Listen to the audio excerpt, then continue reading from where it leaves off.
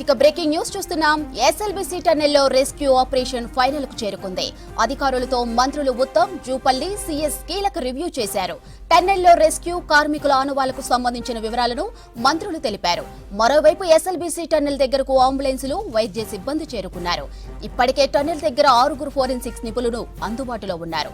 మరో 4 ఫోరెన్సిక్ నిపుణులు హైదరాబాద్ నుంచి ఎస్ఎల్బీకి చేరుకున్నారు.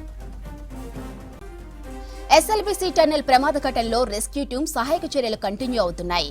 అయితే టైం గడుస్తున్న కార్మికుల భద్రతపై అనుమానాలు వ్యక్తమవుతున్నాయి. గత శనివారం టన్నెల్లో ప్రమాదం జరిగినప్పటి నుంచి నాన్ స్టాప్ గా అధికారులు, రెస్క్యూ టీం సహాయక చర్యలు కొనసాగుతున్నాయి. ప్రమాదం జరిగిన ప్రాంతంలో వివిధ శాఖల సిబ్బంది రెస్క్యూ చేస్తున్నారు. కార్మికుల ఆనవాళ్లను జీపీఆర్ స్కానర్లతో గుర్తించినట్లు తెలుస్తోంది. గల్లంతైన వారి ఆచూకీ కోసం వారం రోజులుగా రెస్క్యూ టీంలు కష్టపడుతున్నాయి. నిన్న ఎన్జీఆర్ఐ టీమ్స్ కీలక సమాచారాన్ని సేకరించింది. జీపీఆర్ థర్మల్ స్కానర్లతో 13.9 కిలోమీటర్ పాయింట్ దగ్గర బురదలో స్కాన్ చేస్తూ ఉండగా ఆ ప్రాంతంలో మనుషుల శరీర ఆనవాళ్లు ఉన్నట్లు గుర్తించినట్టు సమాచారం. 8 చోట్ల సెన్సార్లు గుర్తించిన పాయింట్ల దగ్గర మార్కింగ్ చేశారు. సహాయక చర్యల పరిస్థితిని ఎప్పటికప్పుడు ఆరా తీస్తున్నారు సీఎం రేవంత్. మంత్రులు జూపల్లి, ఉత్తమ్ పరిస్థితిని పర్యవేక్షిస్తున్నారు. సాధ్యమైనంత త్వరగా రెస్క్యూ ఆపరేషన్ ను కంప్లీట్ చేస్తామని చెప్తున్నారు మంత్రులు. అయితే రోజులు గడిచే కొద్దీ కార్మికుల బంధువుల్లో ఆందోళన పెరిగిపోతుంది. ఎస్ఎల్బీసీ టన్నెల్లో రెస్క్యూ ఆపరేషన్ ఫైనల్ కు చేరుకుంది. అధికారులతో మంత్రులు ఉత్తమ్, జూపల్లి, సిఎస్ కీలక రివ్యూ చేశారు. టన్నెల్లో రెస్క్యూ కార్మికుల ఆనవాళ్లకు సంబంధించిన వివరాలను మంత్రులు తెలిపారు. మరోవైపు ఎస్ఎల్బీసీ టన్నెల్ దగ్గరకు అంబులెన్సులు, వైద్య సిబ్బంది చేరుకున్నారు. ఇప్పటికే టన్నెల్ దగ్గర 6 ఫోరెన్సిక్ నిపుణులు అందుబాటులో ఉన్నారు. మరో 4 ఫోరెన్సిక్ నిపుణులు హైదరాబాద్ నుంచి ఎస్ఎల్బీసీకి చేరుకోనున్నారు. ఎస్ఎల్బీసీ టన్నెల్ ప్రమాద ఘటనలో రెస్క్యూ టీం సహాయక చర్యలు కంటిన్యూ అవుతున్నాయి. అయితే టైం గడుస్తున్న కార్మికుల భద్రతపై అనుమానాలు వ్యక్తమవుతున్నాయి.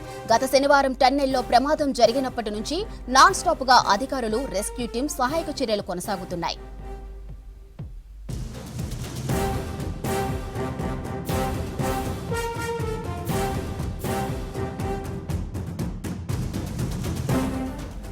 ప్రమాదం జరిగిన ప్రాంతంలో వివిధ శాఖల సిబ్బంది రెస్క్యూ చేస్తున్నారు. కార్మికుల ఆనవాళ్లను జీపీఆర్ స్కాన్లతో గుర్తించినట్టు తెలుస్తోంది.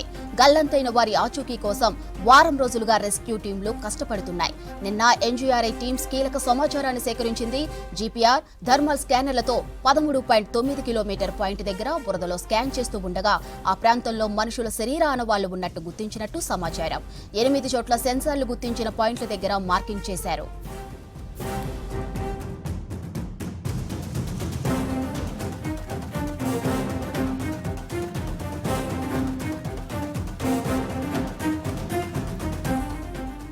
సహాయక చర్యల పరిస్థితిని ఎప్పటికప్పుడు ఆరా తీస్తున్నారు సీఎం రేవంత్. మంత్రులు జూపల్లి, ఉత్తమ్ పరిస్థితిని పర్యవేక్షిస్తున్నారు.